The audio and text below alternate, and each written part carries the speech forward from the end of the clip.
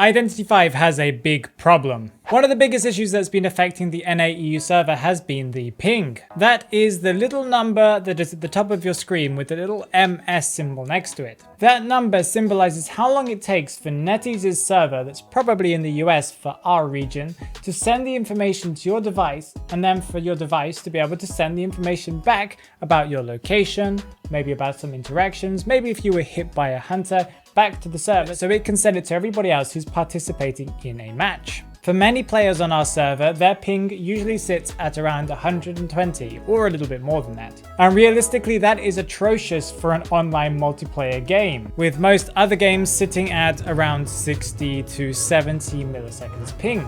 This very high ping leads players to not be able to see the game in the correct state. Instead, some people are lagging, some people are not lagging, even reaching the point where some players are technically not walking as fast or moving as fast as other players in the match. In the worst of cases, this can also lead to players not seeing where survivors really are. So for example, an attack going straight through a body just because that is not exactly where they are, because you are technically a few milliseconds behind. Most players of Identity 5 have learned to adjust to their ping being excessive and are fully aware that some survivors have sub 100 ping and will just be faster than them in some instances. But with recent updates, ping has continued to surge apparently. Star mentions in their comment that ping has been getting worse in ranked matches. This is something that I have also noticed and has caused me to leave rank altogether, and has led too many players to lose matches due to them physically not being able to play the game or to play a rank match. And some matches have exceeded 500 millisecond pings.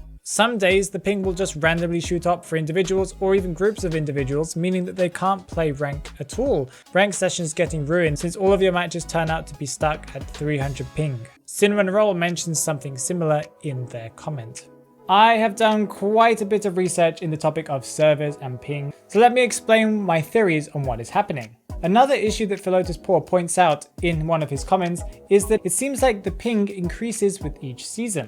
This could possibly be due to more players joining the game around that kind of season, more newer players also joining the game, or it could also be the fact that they keep on implementing new and more spectacular skins to the game, and then developers not optimizing the game correctly so that the server is having some issues. If we want to understand this problem, then we first must clear up some of the myths. Let me explain how this all works. Ping is calculated in milliseconds and is a representation of how long it takes for you to send a package of information to a dedicated server owned by Netease. Then for the server to respond and send back another package of information to your device. A server is a physical computer similar to your one, but a little bit different, that is located somewhere in the world. It can be a low power computer or it can be an incredibly high power computer. Going to a website, for example, is a good example of you sending a package of information to a server and then it's sending a package of information back to you. You, for example, say, I want to access this website, and it will send you back the website data and you'll see the website. This happens also with gaming, but happens much more often. It is possible that each match is not sending information to the server and instead it is going from one device to the other device, being one phone to another phone, but the evidence that we have suggests that this is not the implementation that Netease uses. Instead, you are definitely connected to the server and the server is sending information to each participant in the match. So, now we understand what ping is. Why does an Identity 5 player in Russia, for example, have 150 ping, and whilst a player in America can be sitting at 60 milliseconds ping? This is due to one obvious and one less obvious reason. First, the NAEU server is actually not located in EU at all. Instead, it is probably located somewhere in North America. So the data has to travel less distance for someone who lives closer to the server. But distance isn't the only factor. The number of hops that the data has to go through can also slow down the transfer speed. And by hops, I'm referring to the number of routers or modems that the information has to go through before it gets to its final location. That being in different countries, different routers and different things. Here on this map you can see all the cables that are considered to be the internet, where all the data that you use and you try to access has to go through. For example, if you are living in Europe, you can see that there are quite a lot of cables that you have to go through before you get all the way to America. This distance obviously creates more resistance for this data. The more it travels, the longer it takes, meaning that you'll have a bigger ping.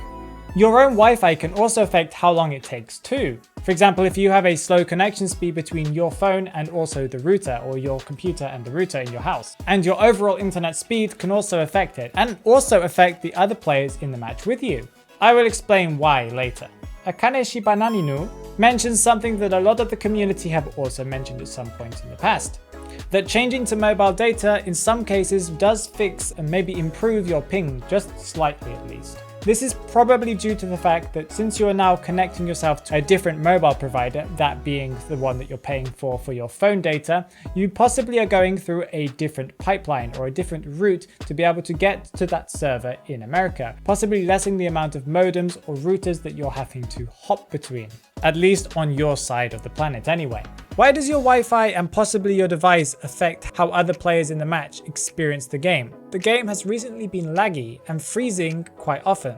This usually occurs when there are players who have S-tier skins are in the match and, they're a little bit fancy. This is a theory, but I believe the game is possibly working on a gradual package style of data transfer, where the game will collect data for a specific amount of time, then send that data to which the server will process that data and send it to the other players in the match, so that everyone can know where everybody is. For example, in the period of half a second, you might vault a window, so that information will be sent to the server, and then from the server to the other players to alert them of your location. Problem is, if one player has a slow internet connection and or a not very powerful device, then their phone may have some issues displaying to the person playing the device the special effects of a special skin, maybe an accessory for Galatea Sculptor.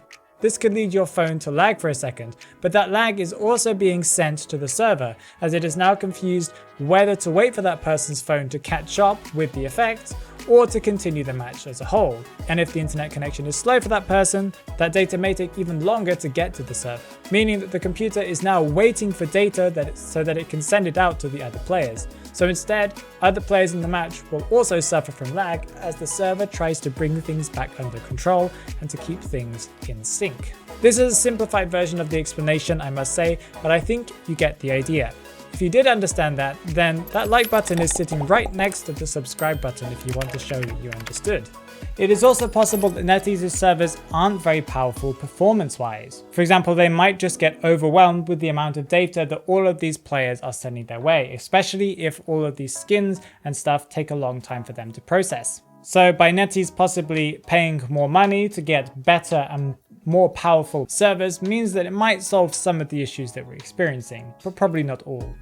But Netease won't do that because we aren't profitable enough for them, and it would cost them more than it's probably worth. We are seeing a decline in the player base as this game starts to age. Players are leaving and numbers of players who are joining or who are still playing the game is slowly but steadily decreasing. Our region never really had a big player base in the first place, at least not compared to other games or even to the player base in Asia.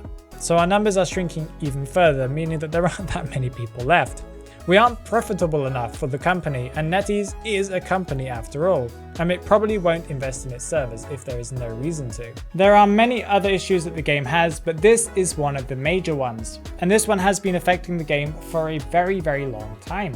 I really do plan on covering some of the other issues that the game is experiencing, definitely in future videos. If you want to learn about some major issues that I've already discussed that the game has already been going through, then you should watch this video here that I did with a friend of mine, Diane, who is a streamer of Identity 5 on Twitch.